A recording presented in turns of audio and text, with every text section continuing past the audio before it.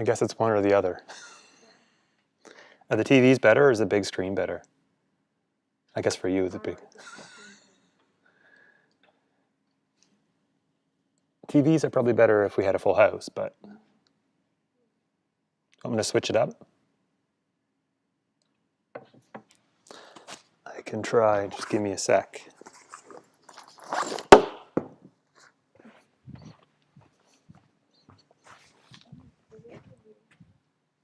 It's not the one I need.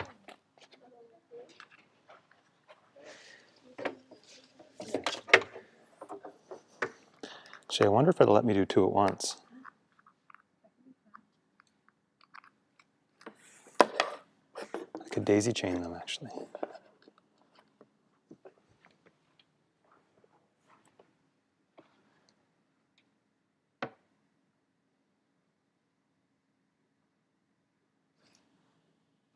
No, it messed everything up.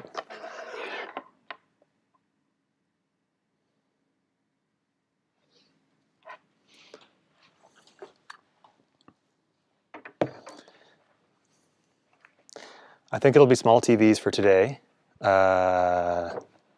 ideally.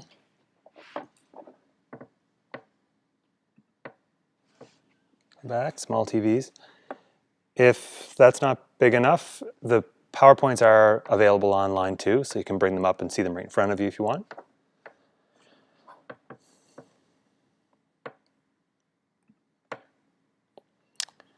All right, we've got 57 people online.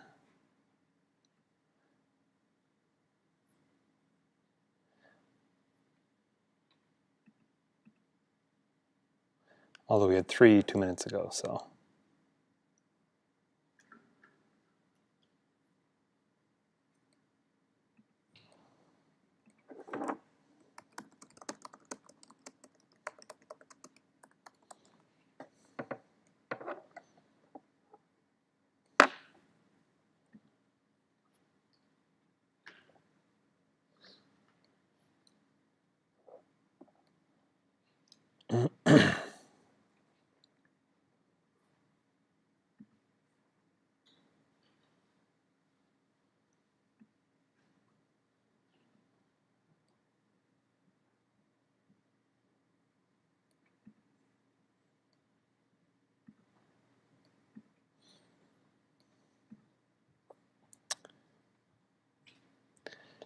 All right, welcome everyone. Nice to see the population growing a little bit. A few new faces today. Online people, I think I tried to fix the audio. Well, I know I tried to. Do I have my robot voice again, or does it sound okay?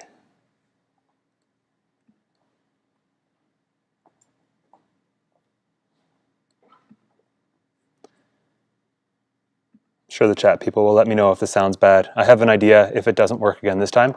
Okay, they're saying it's good, which is great. I fixed it, I guess. All I did was I restarted the computer. I don't know what the issue was. I didn't do anything fancy. But please keep me in the loop in the chat if you find that you can't hear me or quality's bad or something along those lines. So yeah, hopefully this is okay. I'm going to just turn down the gain just a little bit because it was getting a bit extreme there. I think that's okay. That's good. So what's new? We had the first assignment deadline last Thursday. The majority of them are already graded. We were quick. Actually, when I say we, I mean my TA. So if you go online right now, there's a good chance that your grade is available. Not all of the grades are available yet because there's 380 of you. But yeah, we're getting through those. And yeah, if you don't know your grade now, you should know it certainly before the end of the week. Just another thing, we will be finishing today's unit, which means that the quiz for today's unit or the assignment or whatever you want to call it for this unit will be due a week from today, which is March 1st, I believe. Maybe it's March 2nd. March 2nd, it's Tuesday. So make sure that you finish that off and get it done. And I just wanted to make a comment that I'm getting some emails, maybe not a lot, but some, from people that forgot about it and didn't finish it on time. And I just wanted to say that I'm going to be strict on deadlines for this course. Because there's so many people in the course, if I start getting sloppy on the deadlines, it just becomes like an overwhelming nightmare for me, because there's 380 of you times probably at least 10 or 12 unit assignments, plus the other assignments.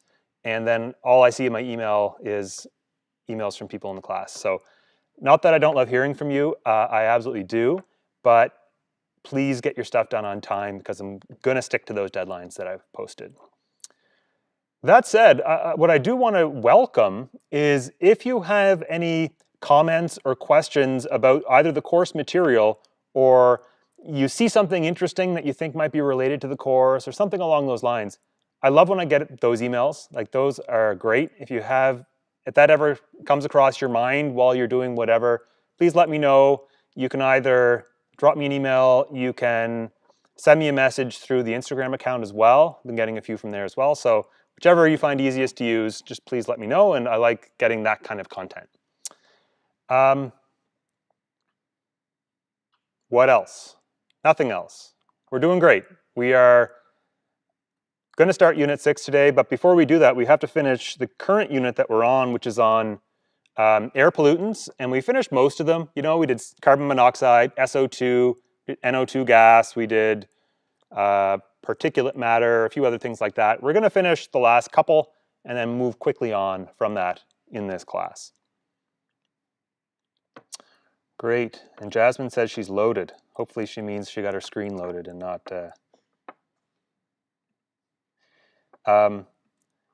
which actually, it reminds me, there's a good chance I'm going to be on Cursive Oak Island this year.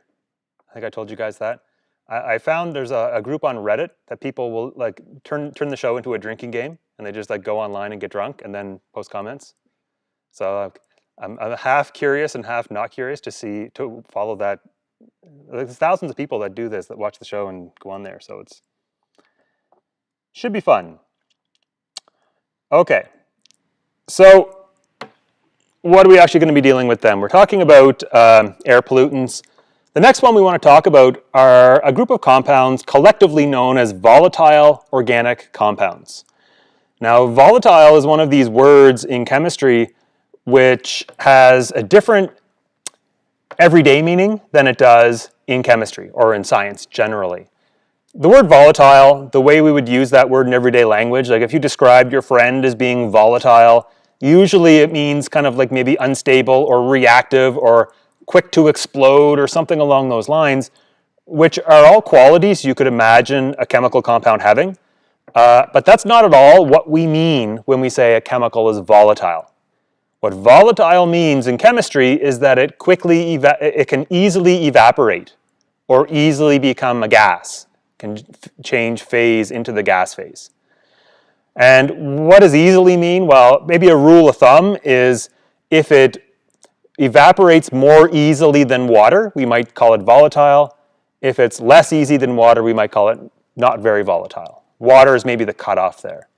So, you know, if you go and get like a vaccine and you get a needle, what they'll do is they'll take one of those little squares, those alcohol swabs, rub it on your arm where you're going to put the injection in to disinfect, and it feels very cold, right? Or if you wash your hands with alcohol, what do you call that stuff? Cleaner? I don't know. Disinfectant, you know, Purell. Your hands feel very cold all of a sudden. That's because that alcohol evaporates very, very quickly because it's a volatile substance. Alcohol is not particularly reactive, doesn't explode. It will burn, but it doesn't burn, you know, it's not that spectacular. So it's fair to call a substance like that volatile, despite it not being especially chemically reactive. Whereas on the other hand, something like TNT, which is a solid, which is extremely explosive, we would not call it volatile because it does not evaporate easily. So volatile means evaporates easily. A volatile organic compound, an organic compound is basically any kind of carbon-based compound. I think originally this referred to chemicals that could be produced by organisms, but Now that's greatly expanded. Well, I guess if human beings produce it, I guess we're still organisms, but any kind of carbon-based compound, it could be things like gasoline, it could be different solvents you might use, it could be, you know, oils, it could be all kinds of different things like that. Now, volatile organic compounds are present in a lot of different things. Obviously, gasoline evaporates very easily. It's present in your vehicle for now, unless you have an electric vehicle. It's used in paint. Oil-based paints can have it. All sorts of different materials can have volatile organic compounds in them. And the problem with volatile organic compounds is they can evaporate, they can get into the air, and they lower the quality of the air that we are breathing.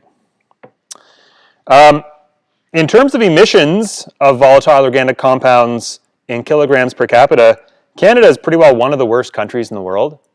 Now, we have a lot of air, we have a lot of land space, we have a lot of area, and not a whole lot of people. So even though we are high in terms of kilograms per person, overall, that's spread out over not very many people over a very large country. So those numbers may not be as alarming as they look. But the reason that we are so high is because Canada is an oil-producing country.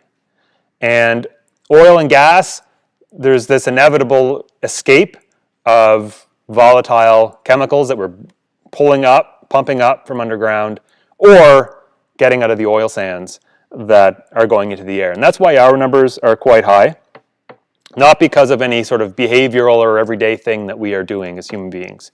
We don't use 10 times more paint than Japan or Switzerland or something like that. So yeah, the majority of emissions come from the oil and gas industry, which is actually a very interesting industry because I think you're seeing signs now, I think, for kind of the first time since my life started, that you're seeing this industry really kind of start to get replaced. And it's not like we don't need oil and gas right now, like we could suddenly just stop producing it, but you're starting to see, I would say, serious competition to oil and gas-based industries. Solar has become 10 times cheaper over the last decade.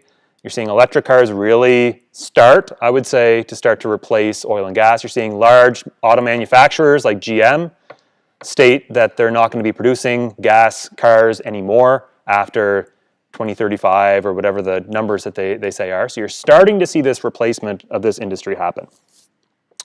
Paints and solvents is another one. Paints especially, most paints that are used indoors are latex-based paints, which are water-based paints, which also don't use volatile organic compounds either. By province in Canada, of course, Alberta is the worst because that's where the majority of the oil and gas gets produced.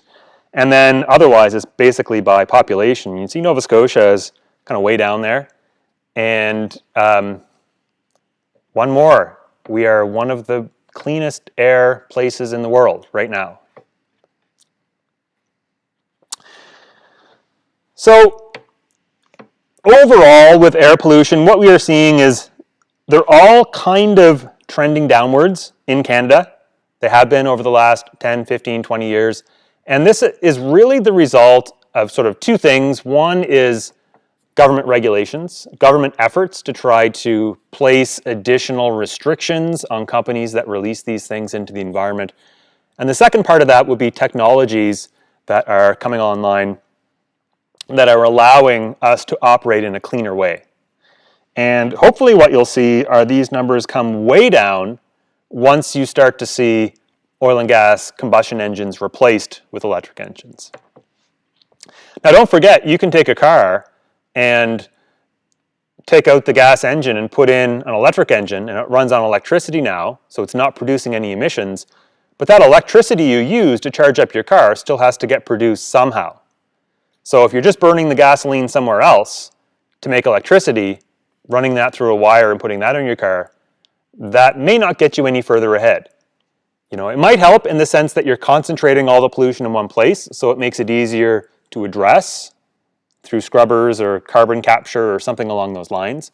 But I think the hope is that parallel to this shift to electric cars, we also see a shift towards more solar electricity. and wind, not just solar, but wind. I went to a talk a few years ago and they described the Maritimes as being the Saudi Arabia of wind energy, because we're, I guess, a very windy area. So lots of energy available there as well, potentially. This is just a chart that shows regulations from Environment Canada regarding all these things. So all these things are very tightly monitored and are being addressed. So I just want to underscore the fact that in our, where we live, especially now with COVID restrictions, we spend more time indoors and in our own environment, that really the quality of the air that we are breathing every day, the stuff that's coming into your house is excellent, assuming you don't have a chicken farm next door or something like that. But most of the time, if the air quality is subpar inside of our own homes, it's because of activities that we are doing ourselves. So an example would be, like this used to be a thing, people burning incense in their homes. I don't know if people still do that anymore or not. I certainly don't. Even candles, like burning candles in your home reduces the air quality inside your home. They say plants improve it. I don't know how, to what extent that's true, but definitely things like choosing latex-based paints for indoor painting versus oil-based paints. All these decisions that we make can change or affect the quality of the air that we're breathing every day. So remember these David Avocado Wolf lamps? These don't help the indoor air quality of your house, even though it claims that they do. They do absolutely nothing, except look pretty and give you light. So if that's all you're hoping to get out of those things, then great. Okay, the last one I want to talk about, which is, I wouldn't call this like an environmental pollutant. This isn't a pollutant that you would go and breathe outside or have to worry about to any great extent, but it can be a problem inside homes. And this is a gas called radon. And radon is one of the noble gases. It is second from the bottom in the column of the noble gases. Remember, this was the column that Mendeleev didn't believe existed, but then later realized that they were real, and we put a new column for them in the periodic table. Radon is radioactive. Remember, we talked about Marie Curie discovering radioactive elements. I don't think she knew about radon, though. I think radon came later. But it's a radioactive gas that's emitted from the Earth's crust. And it's produced naturally underground, so there's nothing we can do about its production. And it's produced from certain elements that are present in the Earth's crust. And I believe uranium is one of the sources of radon. So if you're living in an area that happens to have a geology that's rich in uranium, then you're more likely to have higher concentrations of radon just randomly coming up out of the ground.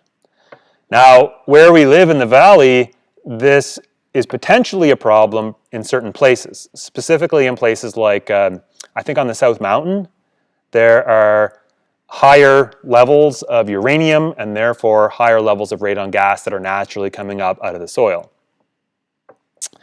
Reminds me of a story actually a few years ago. There was somebody was like a rock collector and was hiking through some trail or something on the South Mountain and just came across this rock. They had a little Geiger counter, and they picked up the rock and they noticed it was had lots of hits on the Geiger counter, so it was a radioactive stone. They realized it was like a uranium ore. And uranium, yeah, it'll set off a Geiger counter, but uranium isn't like super radioactive. It's got a very, very long half-life, and so for that reason, it's not like super concerning to have it nearby. But he picked it up, took it home with him, and he actually donated it to the geology department here at Acadia. And they had it, they used it in labs, and they measured the radioactivity and this kind of stuff. And then eventually, I think there was an inspection by like I don't know what organization did the inspection of the building, found this and said, you guys need all these permits if you want to have a radioactive source. And they said, oh, well, okay, it's just a rock we found outside, but that's okay, we can get rid of it. So they looked into getting rid of it, and to have a disposal company come and pick this rock up and take it out was going to cost them at the time $6,000. And they said, can I just drive this back into the woods and put it down where it was picked up? Like, oh no, you got to dispose of it. It's like, you realize there's hundreds of thousands of rocks just like this in that exact same area, but it's just because of the regulations and so on, they had to go through those steps. So if you're ever working for a company or organization and someone offers you radioactive stuff, be very careful if you accept it or not. It can cost you money. So radon in your house will come up out of the ground, and if you have cracks in your basement floor, or what's maybe more common in older houses, sometimes there's actually no concrete floor at all. It can be gravel just on your floor. That can come up and it can get trapped in the airspace in your basement. And if you spend a lot of time down there, or go in and out or whatever, and you breathe in that radon, you're breathing in a radioactive gas. And that radioactive gas will cause damage to the inside of your lungs. It can induce mutations, and it can actually lead to lung cancer. And I think that they believe something like 80% of lung cancers are caused by smoking, and around, I think like 12% or something like that is caused by radon inhalation. And the other 8% or whatever is like luck of the draw, genetics, whatever else. So like that 10, 12% is a significant number, okay? So there are things that you can buy. By the way, this is where it comes from. It starts with uranium, and radon is right below radium in the decay chain. So it decays several times through a number of different elements. But you can buy these radon detectors and you can put them up in your house, and they start beeping if they detect radioactivity. That suggests that the radon level is high. And what you need to do then is put in a radon mitigation system into your home. And the simplest way you can do this is get like an air exchange system that sucks the air out of the room and blows it outside. And if that's operating, which is normally the case in modern houses, that gas never really builds up to a concentration that's of concern. So it's mostly older houses, poor ventilation, cracks or no floor in the basement where this gas can come up and kind of get trapped and stay there. So it takes a while for this to build up and become an issue. But it is a problem in Nova Scotia in particular, and in the valley in particular, and something that's worth getting checked out. There was an organization connected with Acadia a while back that were doing a research project on this study, and I don't remember what the result was, or I never saw the result, where what they were doing is going into people's homes and measuring with like a high-end radon detector the levels in everyone's basement and kind of creating a map to see where the hot spots were and weren't. I don't know what happened with it, but yeah, something worth checking. If you're going to buy a house, have that checked too. All right, we have one more question from Unit 5, and I think this is the second last question. Look at that. What does the word volatile mean in the context of volatile organic compounds? Easily evaporates, easily catches on fire, easily causes a toxic overdose, or easily explodes. So hopefully after my rant, it wasn't a rant. I don't rant often. Yeah, the answer is A, easily evaporates. Next one says, which noble gas is radioactive and can increase lung cancer risk? Neon, helium, radon, krypton, argon. So this is just 5 of the noble gases. The one that is radioactive and can cause lung cancer risk is, of course, radon, C. Okay, so that is it for this particular unit. What I'm going to do is bring up the next one, which is, no, that's not it. Wrong course. Should be here. Yeah, this is it. There, you can see it doing its thing there on the side. Noah lives in an old basement at Acadia. Is this affected by the pH level of the soil? No, not at all. It ignores the soil. It's completely unreactive, and it just, the radon just percolates up through the soil regardless. It'll find a way up. Actually, that's where helium comes from too. Helium on Earth comes from radioactive decay of uranium primarily uranium elements underground. And what happens is it is constantly coming up through the earth as well, but every once in a while it'll get trapped. And where it gets trapped is usually the same place where natural gas gets trapped. So when you find natural gas deposits, you often find helium as a component of the natural gas. Some are very rich in helium, depending on the amount of uranium present in the area. Some are very poor, and there's actually not many good sources of helium in the world. And the other thing about helium is it's not renewable. In fact, it's probably the least renewable substance that we know of, because we can't make more if we wanted to. When we let it go into the air, it actually escapes Earth. It's one of two gases that's light enough to escape our atmosphere. And so it just disappears. It's gone forever out into space. Which is too bad, but hey, what can you do? Okay, so what we're going to do then is start our next unit. And before we get on to the next unit, I do want to say, though, that there is that... Okay, first of all, the previous unit assignment is now due 1 week from today. The clock has started.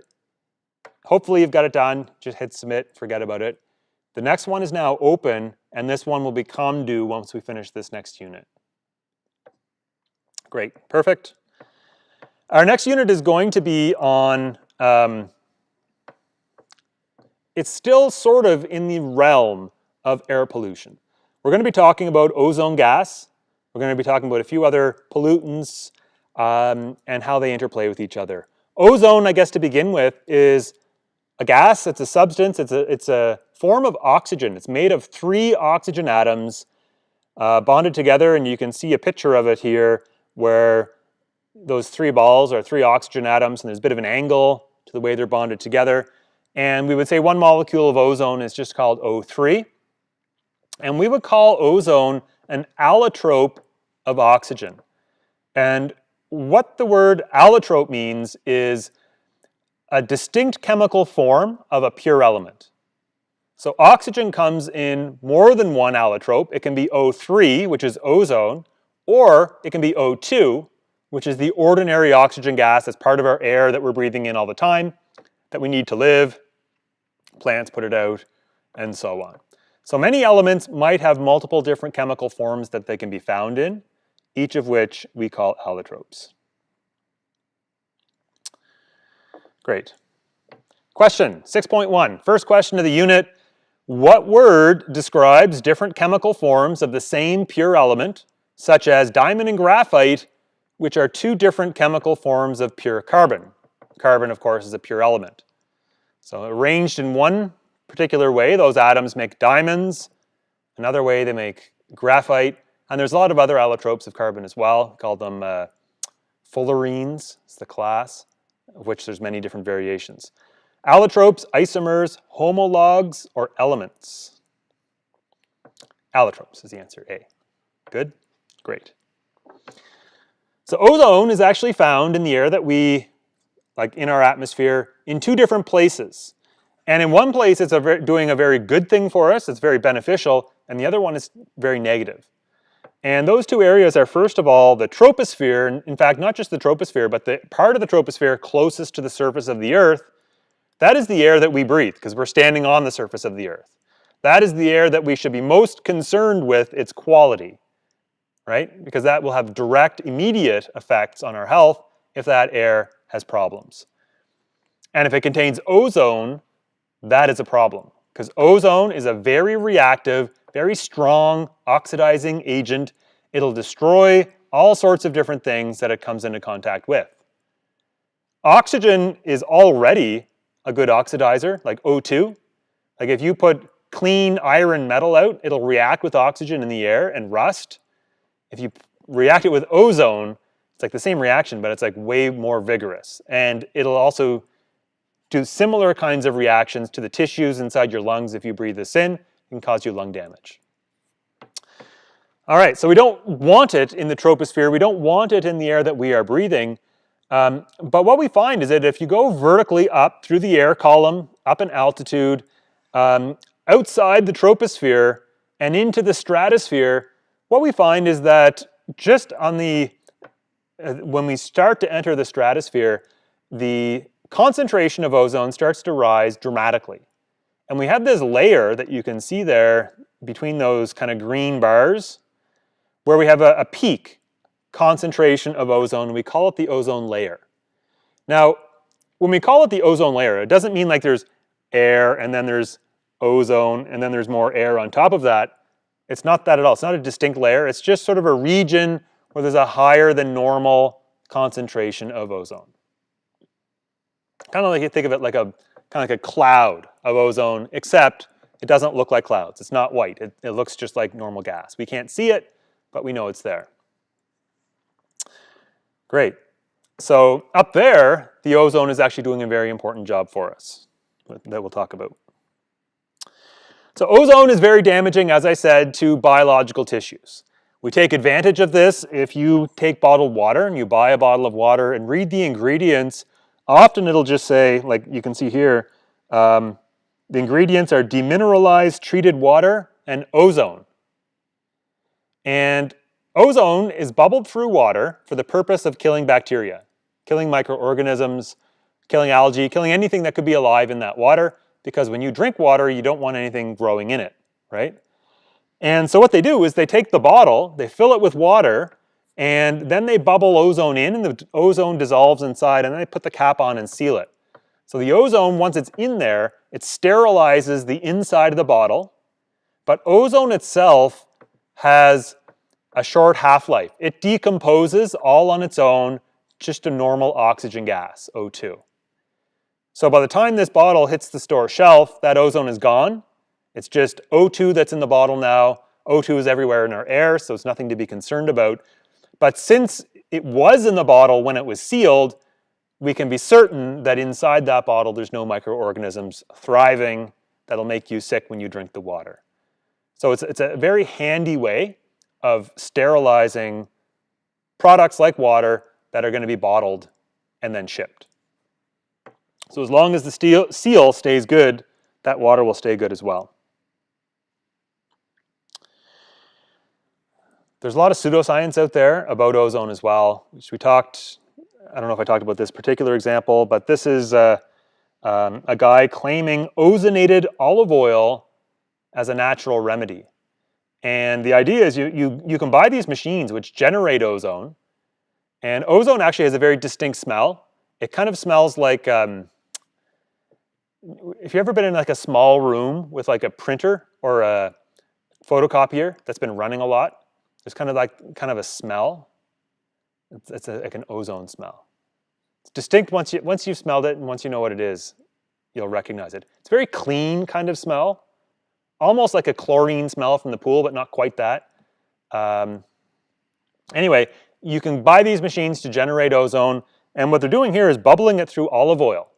And if you take organic chemistry, we do a reaction called ozonolysis of compounds with double bonds, and we talk about the chemistry here. But essentially what it does is it converts the olive oil into like kind of a creamy paste. And they put it in a bottle and sell it. And you know, they call it ozone injection. That's just bubbling ozone through it. And so they're talking about this as a natural remedy.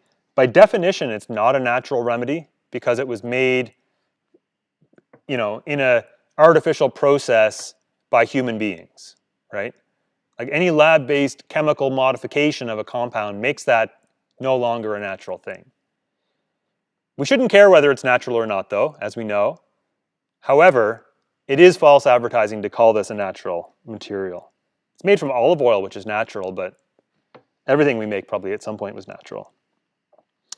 On this site, what it does is it lists 28 things that this stuff can cure. And if you remember from one of our first units, this was one of our warning signs, right? To look out for huge laundry lists of benefits or dangers associated with a particular chemical substance. So yeah, cure all. This stuff, does it work? Well, it's probably just like any other barrier cream, right? Probably like Vaseline or anything like that. It probably has no special properties beyond that. So if you have like dry skin, and you rub it on dry skin, it might improve that, but not because of anything it does. It could be just the same as Vaseline or something along those lines. Don't spend a lot of money on something like this. It's probably also not tested. Ozone therapy is another thing, and I know somebody who purchased one of these things. You can see the picture here on the right. It's basically kind of like a seat thing that you get inside, and it closes up around your neck. And then what it does is it kind of like steams your body, so it's like a sauna inside. Your head's sticking out, so it's not in there. And it also emits ozone gas. So your whole body is like exposed to this ozone. And what it does is that ozone will react with your skin. It'll react with oils in your skin and produce compounds that are dark in color, kind of brown or sludgy, which comes off of you. And when you get out of this, you can see it all inside. And people take this as evidence that this is detoxing you, that that brown stuff that is in there is toxins that were once in your body and now they're out of your body, where in fact it's just reaction of the ozone with your natural oils in your skin. It's an emerging health treatment, alternative health treatment, which again doesn't have, it's not an evidence-based therapy for sure. The reason your head's out is because this would kill you really quick if you were in there breathing all that in, all that ozone.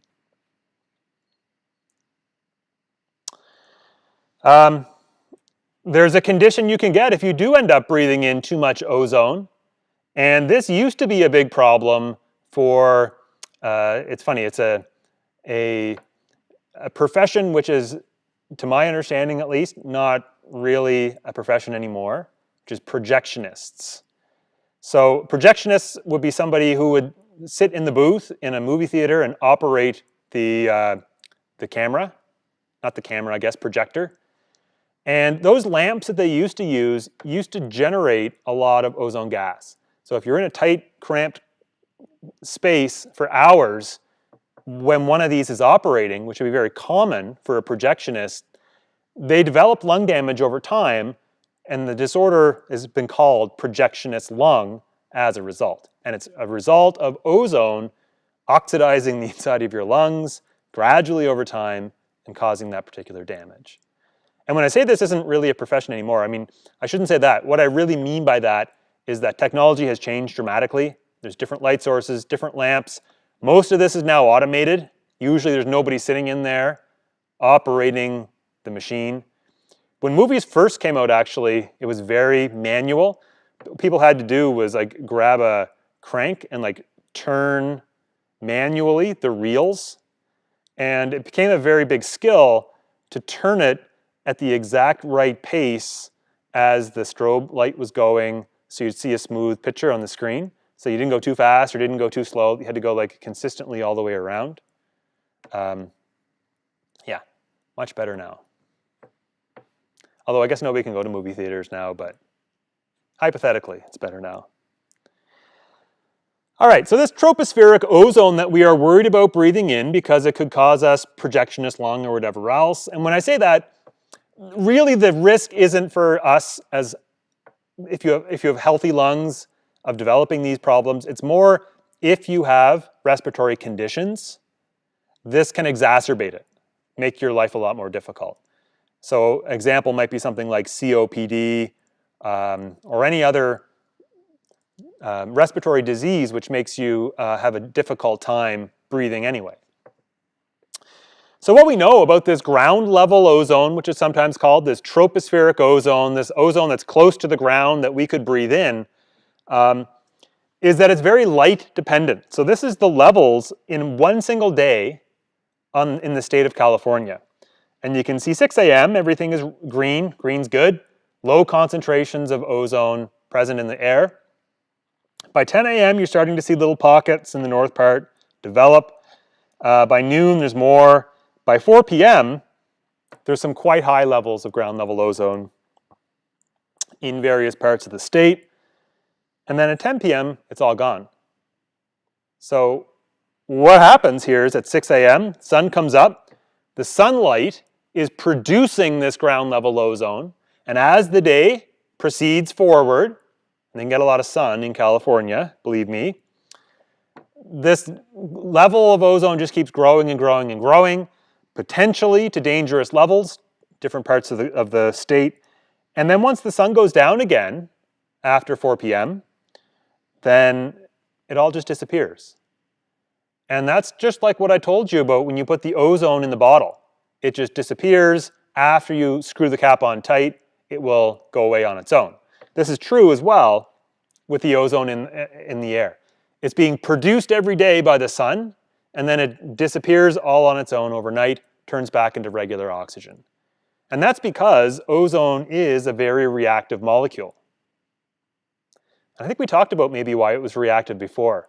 Because oxygen likes to make 2 bonds, and in ozone, you can't have each of the oxygens making 2 bonds. So it comes right down to the chemical structure. This is a picture looking kind of at the eastern side of Canada, the northeastern part of the US, where you can see the levels of ozone and where they're the highest. And maybe not surprising, they are highest where the highest population density is. Not just population, but also industry. And you see where we are in Nova Scotia, we're happily over in the green area. Clean air, right? Best place to be. So what's going on here? Why does sunlight matter? Why does population seem to matter? Well, we know exactly why. Because what happens is where there is industry, where there are people, where there are cars, where there's combustion, all this kind of stuff, we are producing No2 gas, as we saw in the last unit. And No2 gas is what we also called smog. And so smoggy areas tend to be where there's high concentrations of people in cities, not in places like Wolfville, where we don't have high population. No2 gas, you might also remember, was orange in color. So it'll absorb visible light, it'll absorb sunlight. And so when the sun comes up, it absorbs that light, and what that causes to happen is the No2 molecule breaks apart. It turns into a molecule of NO plus an atom of oxygen. So basically just knocks out one of the atoms of oxygen, and that oxygen atom is now kind of free, but highly reactive. And so what it will do is if it comes into contact with a molecule of O2, which 1 in 5 molecules in our air are O2, so this is a common thing, is it'll make a molecule of ozone. And then ozone is much more stable, and ozone can persist then on the scale of hours, right? Not days or months or weeks, but at least for hours. VOCs will also produce ozone through a different mechanism. So really it's the VOCs and the NO2, and we've gone over why those are in our air, what the sources of those are. Those, and the primary reason why both of those are bad is because they produce this ozone at the ground level once the sun comes up. That's why if you live in an area that's smoggy and you have a respiratory condition, you shouldn't go outside when there's a smog alert. It's because it's ground level ozone. It'd be very bad for you. So that's certainly the case down at the level of the ground. Up in the stratosphere, that's not the case at all. Because up in the stratosphere, these pollutants, these VOCs, this NO2, it doesn't get up that high. Usually it's captured by precipitation, it reacts with water in the air, comes down, rain washes it out of the atmosphere. So that ozone isn't produced through that method up in the stratosphere. I guess also we don't live in the stratosphere, so we don't have to worry necessarily about breathing that ozone in. In fact, if you're up in the stratosphere, you probably have to worry about breathing, period, because the air is very thin up there. Ozone can be present in different layers of the atmosphere. In what layer is it most likely to pose a risk to our health? Exosphere, troposphere, mesosphere, stratosphere. The answer is troposphere because that's where we live, right?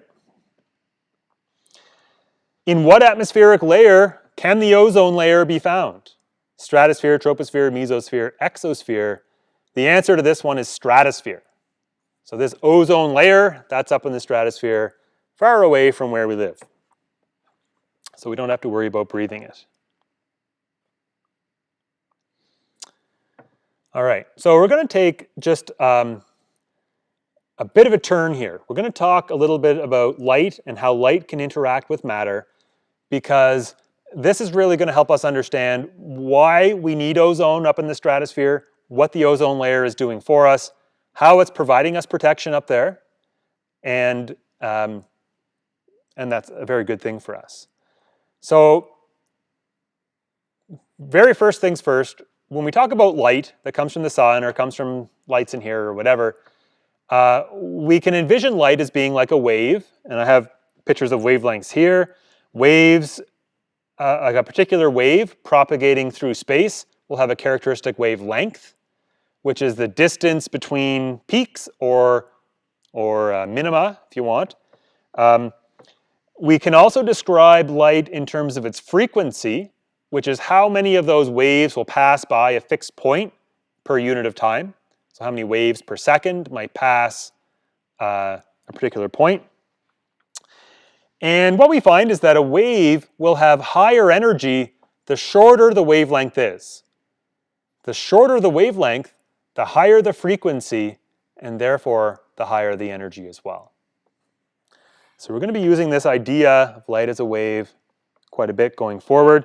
In fact, we can take light and we can pretty well envision any possible wavelength for light, from extremely short to extremely large distance between those peaks and troughs. So when we talk about light, probably most of the time you think of just visible light. You talk about the light that we see, we talk about the colors. You can split light into the rainbow and you can get all the different colors.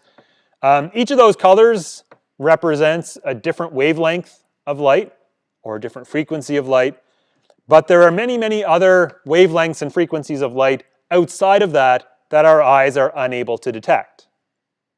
So if you take the visible part of the spectrum, as I call it the center of the spectrum, and you go to longer wavelengths, so within the visible spectrum, the shortest wavelengths are blue, goes to the rainbow, and the longest wavelengths that we can see are red. If you keep going a little longer than that, we get to a region that we call the infrared, which is we can't see with our own eyes, but we can detect them with detectors and things like that. The infrared light is a lot less energetic, lower energy because longer wavelength. Going past infrared, you get to microwave, which is even weaker. Microwave is sort of the region where we have a lot of maybe like cell tower communications, like LTE and 5G and so on. And going even further out than that, we get radio, which, there's radio waves in here. Those waves can be 100 meters between the peaks. Very, very, very long waves, extremely low energy waves. So you'll be blasted with radio waves, and really there's going to be no effect on you at all. Now, if we go all the way back to visible, and then we start to go to shorter wavelengths, and therefore higher energies, just a little bit shorter than blue. Well, it goes blue and then violet. And then just beyond that, we call it ultraviolet. So ultraviolet wavelengths are just a little bit shorter than violet, a little bit higher energy. And then going past ultraviolet, we go into X-rays and gamma rays, which are very short, very high energy, and actually very, very damaging to us. At very low doses, there's medical values to these things in terms of medical scans and so on. But certainly you don't want to be exposed to large doses of gamma rays or X-rays. UV light also can be quite damaging to us as well, as we will see. Visible is when the energy gets low enough where it's less likely to cause us any direct damage. And then when we go into the IR and beyond, we generally don't have to worry about it anymore. Okay, so what does our sun put out? Our sun puts out all kinds of different wavelengths, starting in the UV and stretching all the way out into the infrared. Roughly 53% of the energy from the sun comes to us in the form of infrared light. So about half the energy from the sun, we don't even get to see it, but it's warming us because that comes to our Earth, gets absorbed, and turns into heat. About 39% of the light from the sun is in the visible part of the spectrum. That's the part we can see with our eyes. And in fact, our eyes are actually evolved to match the visible spectrum from the sun. So our eyes are most sensitive at the very peak of this spectrum, which is in the green part of the electromagnetic spectrum. So if we were like taken to like a different solar system or something like that by aliens, they might be able to tell what solar system we came from by just doing a scan of our eyes, by seeing what wavelengths our eyes are sensitive to, because it will have to match the sun of the solar system that we evolved in. Sort of an exact match there, which is very interesting. It makes sense because, you know, if you were going through evolution and you wanted to be able to see at night using the dimmest light situation possible, you would want your eyes tuned to wherever the most light is, which happens to be in the green part of the spectrum. At least I think that's the reason. I think that's evolutionary. It could be just luck, but it seems unlikely. Roughly 8% of the light from the sun is in the ultraviolet part of the spectrum, and this is the part that we have to worry about. Ultraviolet light is the part of the sun that causes us sunburns and skin cancer and a lot of other things like that. So we have to be very wary of that high energy ultraviolet light coming from the sun. Even though it's a small fraction overall, it's an important fraction.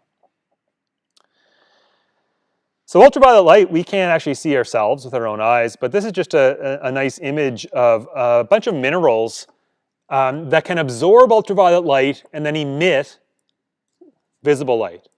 So you can take some of these things. We know that ultraviolet light is present, even though we can't see it with our own eyes. We can see other materials that can absorb it and then re-emit it into colors that we can see. Apparently you can get ultraviolet absorbing tattoos. So the idea is that you have this tattoo that under ordinary light conditions you can't see it. But if you put it under a black light, like you can see here, parts of it will start to glow because they use inks that are similar to those minerals that I showed on the previous slide, where it absorbs ultraviolet light, which we can't see because it doesn't cause a color that our eyes can detect. But because it's absorbed that light, it can then re-emit it. So it's a tattoo that you'd only be able to notice if you went somewhere with a black light. Now, a few years ago, I told this to the class that I was teaching at the time, and somebody came up to me after who had worked in a tattoo shop that gave out these kinds of tattoos, and he told me to warn you folks never to get a tattoo that has the UV.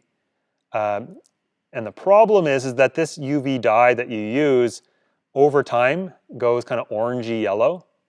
So it doesn't age well. So I think there's improvements to be made in the dyes and the pigments or the inks or whatever you call it that do this. So maybe those improvements have already come, I don't know. But something to be aware of, that it might look great the day after you get it, but 10 years down the road it might not be.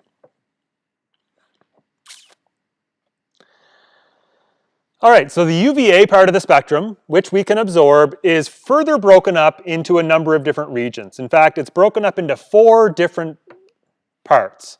We call it UVA, UVB, UVC, and then another one which we talk about less frequently, but the last one we call it vacuum UV. So vacuum UV, the name vacuum UV means it's wavelengths of light that are so short they can only be transmitted in a vacuum.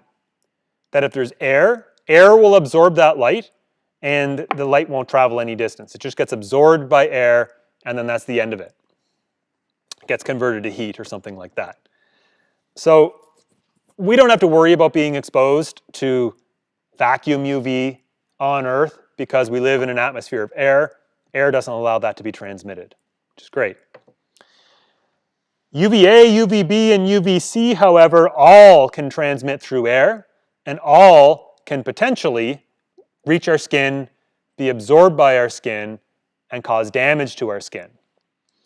So the 3 different chunks, the UVA, UVB, and UVC, are broken up based on the wavelength, and of course the wavelength dictates the energy. So the longest wavelength, UV light, is called UVA. It's closest to the violet, closest to visible light. It has the longest wavelengths and therefore the lowest energy. So the best of the UV bands, I guess, the least damaging is the UVA. Then UVB is sort of intermediate. It goes from 315 to 280 nanometers. This is light which is more damaging than UVA. It can be absorbed by skin cells, it can cause DNA damage, and it can cause sunburns, and it can cause all sorts of problems like that. Finally, we have UVC, which is by far the worst out of all of these. This will cause extreme tissue damage and very, very dangerous to be exposed to this for any length of time. Vacuum UV would, yeah, be extremely bad too, but again, unless you are in a vacuum, you don't have to worry too much about that one in particular. So the UVA light, which is the least damaging, it still does cause some damage to our skin. It's associated with developing wrinkles and skin aging. So if you get exposed to a lot of UVA over your lifetime, your skin will prematurely look older, and it'll destroy some of the collagen that's present in your skin, and it'll make you look older earlier than maybe it should. UVB is the one that's more linked to skin cancer and cataracts and other arguably, well, not arguably, definitively more severe health problems. Now UVC would be the worst of the three by far, except for the fact that UVC is completely blocked out by the ozone layer. It'll travel through air, but it will not travel through ozone. So by having that ozone layer up in the stratosphere, what it's doing is it's like a blanket that's blocking out all of the UVC light that's being produced from the sun, and then comes back and is blasting us with this energy. So it keeps us safe. The ozone layer also absorbs a significant amount of the UVB. Around 90% of the UVB gets blocked by the ozone layer as well.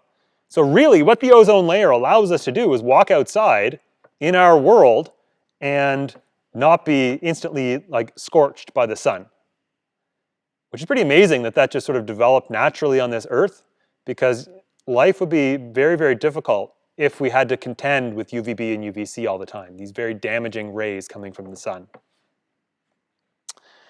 All right, that's just a, I think the difference between UVA, UVB, and UVC, the cutoffs, I can't remember the exact definitions, but it's based on certain materials that they'll pass through.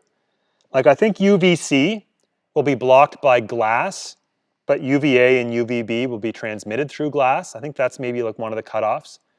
But that's not even a great cutoff because there's all kinds of different types of glass and it's not exact. So I'm not sure exactly in the end what these cutoffs are based on. I should look that up. These most damaging ones, these UVC lights, we actually make use of these. You can make lamps, they're called low pressure mercury lamps. Put a current through there and this will produce huge amounts of UVC light. And these lamps that you can see are on and they look kind of bluish white. That's not ultraviolet light that you're seeing. You're seeing a small percentage, like 1% of the light that is blue. The 99% is UVC, which we can't see, which these are giving off at the same time. And because this UVC is so damaging to anything that's alive, it'll basically destroy DNA, you can use this to purify water. You can use as a purification method where you run water under these lights and then anything that's alive in the water ends up getting killed, and it's a way to disinfect drinking water. And the picture that you see below, that's Dr. Jenny Rand. She's an engineering professor here at Acadia, and she does some research in this area as well for like municipal water systems. All right, so the ozone layer takes out all of the UVC, 90% roughly of the UVB, and actually lets most of the UVA through. It gets rid of maybe 10%, but most of the UVA from the sun makes it through the ozone layer, which I guess isn't so bad because that's the part of the sun that is least damaging to us. Great. So this vacuum UV light, again, we don't have to worry about because it's absorbed by air. But it is useful. It's in fact this vacuum UV light which created the ozone layer to begin with, or is constantly creating the ozone layer. And so what's going on is this extreme UV or vacuum UV light that's coming from the sun, because the atmosphere is so thin, it doesn't get really absorbed very effectively until the air concentration gets high enough that it can absorb it. And that happens in the stratosphere. So in the stratosphere, oxygen gas, O2, is absorbing this very high energy vacuum UV light. And when it absorbs the light, it causes the O2 to be split apart into two oxygen atoms. One of those oxygen atoms can then react with an O2 to make an O3. So this is what's happening right here, right? We have the sun. It has this vacuum UV. The O2 molecule that's 25% or 20% of our atmosphere absorbs the light, splits into two oxygens here and here. One of those oxygens can combine with another O2 to make an ozone. The other one can do it as well. So you get ozone constantly being produced. As long as there's sunlight and there's oxygen in the air, the ozone layer is constantly being replenished. This ozone only has a certain lifetime. It decays. It decomposes because it's not very stable. It'll fall apart. If two of them collide with each other, you'll probably get 3 molecules of O2 gas back. So once you generate it, it doesn't stay around forever. But because the upper atmosphere is always exposed to the sun, at least during the daytime, there's this balance that gets generated between its being produced and being destroyed, and you have this sort of steady state concentration, which we call the ozone layer. So that's really cool. That's where it comes from, and that's why we have this ozone layer protecting us up there. Question: what energy range of UV light is not significantly absorbed by the ozone layer? UVA, B, C, or vacuum UV? Everything will absorb vacuum UV, so it's not that. Right? So we'd say 100% of this gets absorbed, 100% of UVC gets absorbed, roughly 90% of UVB gets absorbed, UVA like 10% maybe. So UVA is the answer. It's not significantly absorbed by the ozone layer.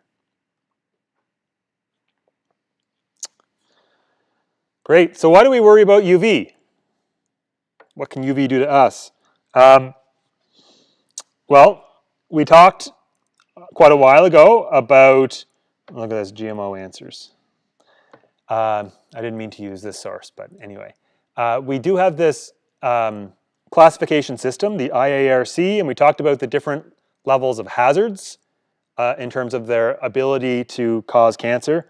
We talked about category 2A, where we had, what was the one that was in there? Glyphosate, I think, which was Roundup.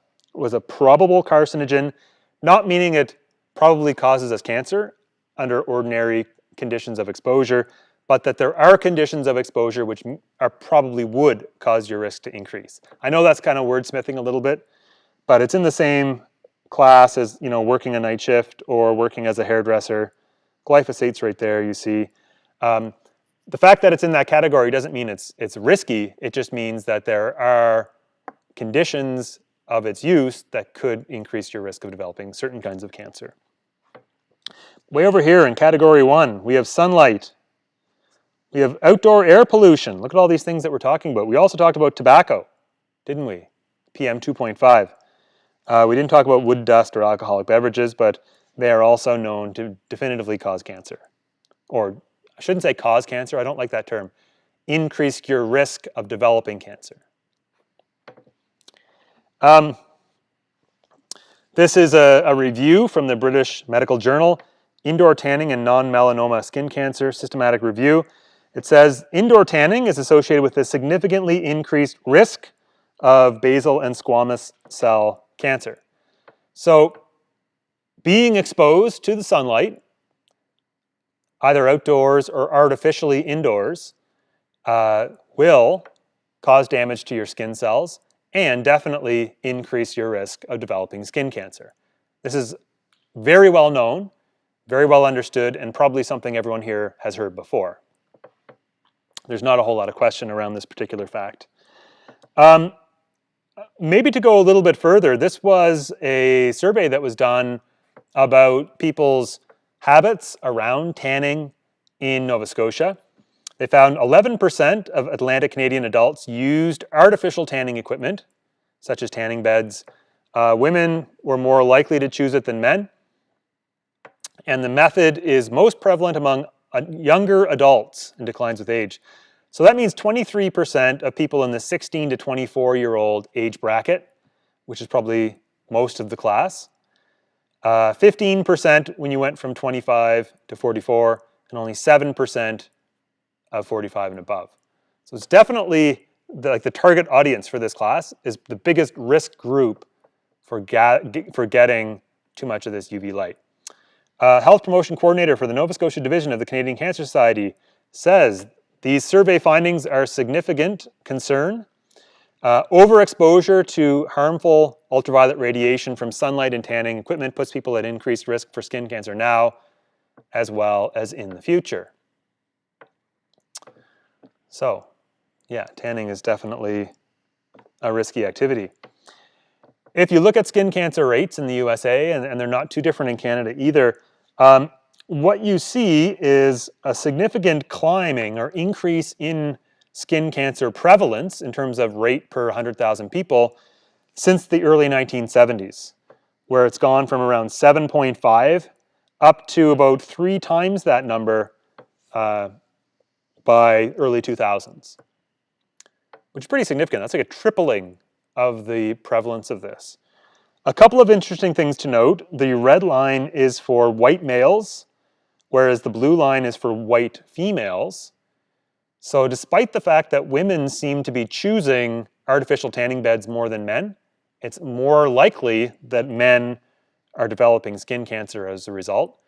And I think in the US at least, their explanation for this was that there was a higher percentage of men that were working primarily outdoor jobs compared to women, like construction or road work or things like that, which led to overall higher exposure for men on average than women. What they also found, which is very interesting, is that your risk of developing skin cancer from sun exposure depends dramatically on your skin tone. That if you look at black males and females, the rates of skin cancer were extremely low over this entire period. And a lot of that has to do with the pigments in your skin can act as in a protective way to prevent that sun damage, that damage to your skin cells, damage to your DNA, which causes sunburns, causes cancer, and other problems like that as well. So again, very different risks for very different groups. This is the numbers for Canada going up to about 2018. Not as dramatic. Well, I mean, this is starting in the 80s. But what you can see is that our numbers have climbed into kind of the low 20s compared to the US, which is quite a bit higher than that. So we have actually lower skin cancer rates in Canada than they do in the US, which actually might make a lot of sense if you think about it right away, because we get less sunlight than the US on average, right? We don't have nice sunny Florida beaches. We have nice beaches, don't get me wrong. Like our beaches here in Nova Scotia are great, but yeah, our season where you would lay outside on the beach is a lot shorter.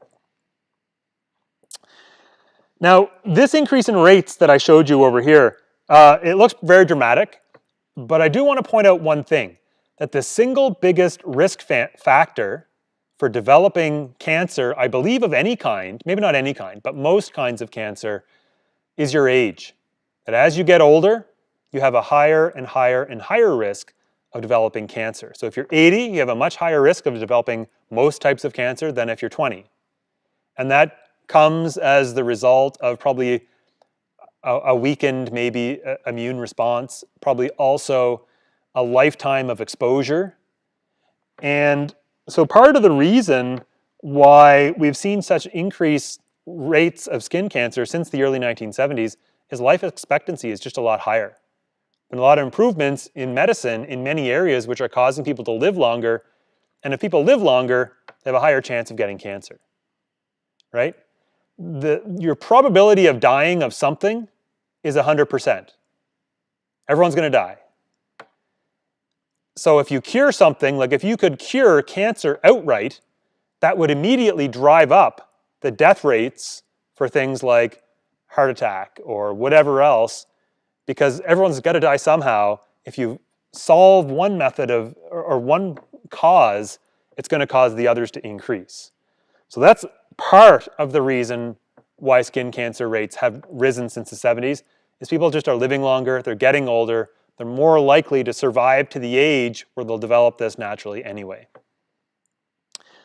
So this is the incidence of melanoma in Canada in 2009.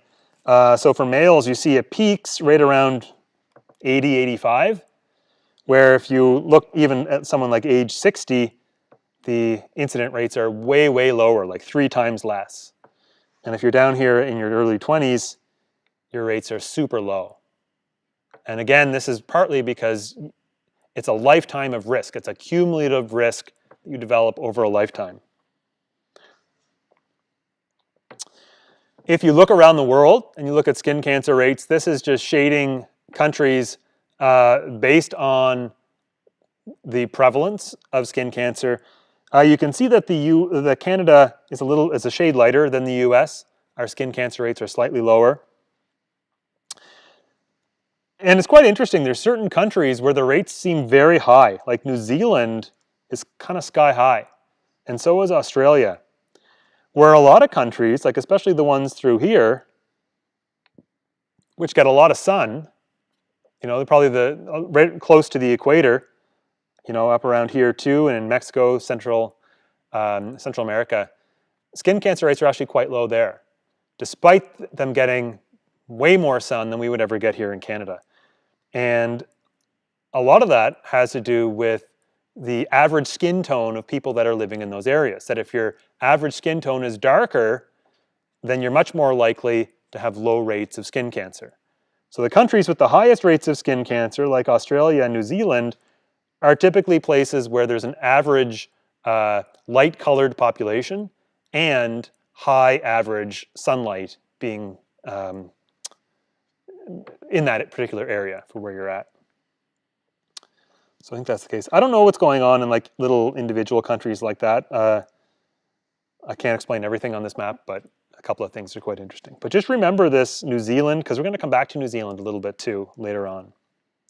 Probably not this class, but probably next class. So yeah, one thing that ultraviolet light in the UVA region will cause is premature skin aging, which is actually, ironic isn't the word for it, but one of the reasons why a lot of people will go out and sunbathe is because it makes their skin, they think, look sort of more healthy and youthful and vibrant. Where on the long term, we know that it actually accelerates the aging of your skin so that when you're 40, it won't look nearly as youthful and healthy and vibrant as it would have if you avoided the sun when you were younger. Okay, I feel like this is a good place to stop. We're going to talk about sunscreen, of course. Sunscreen is another chemical way of protecting yourself from ultraviolet light. We know that the ozone layer does a decent job. It gets rid of some of that energy for us, but there's still a lot of UVA and some UVB that are getting through, which can still cause us damage if we spend a lot of time outside in the sun. Where sunscreen can help. So I think this is a great place to stop. Thank you everyone who showed up in person. We're up to, not quite 10, but we're getting there. And thanks to everyone who's here online.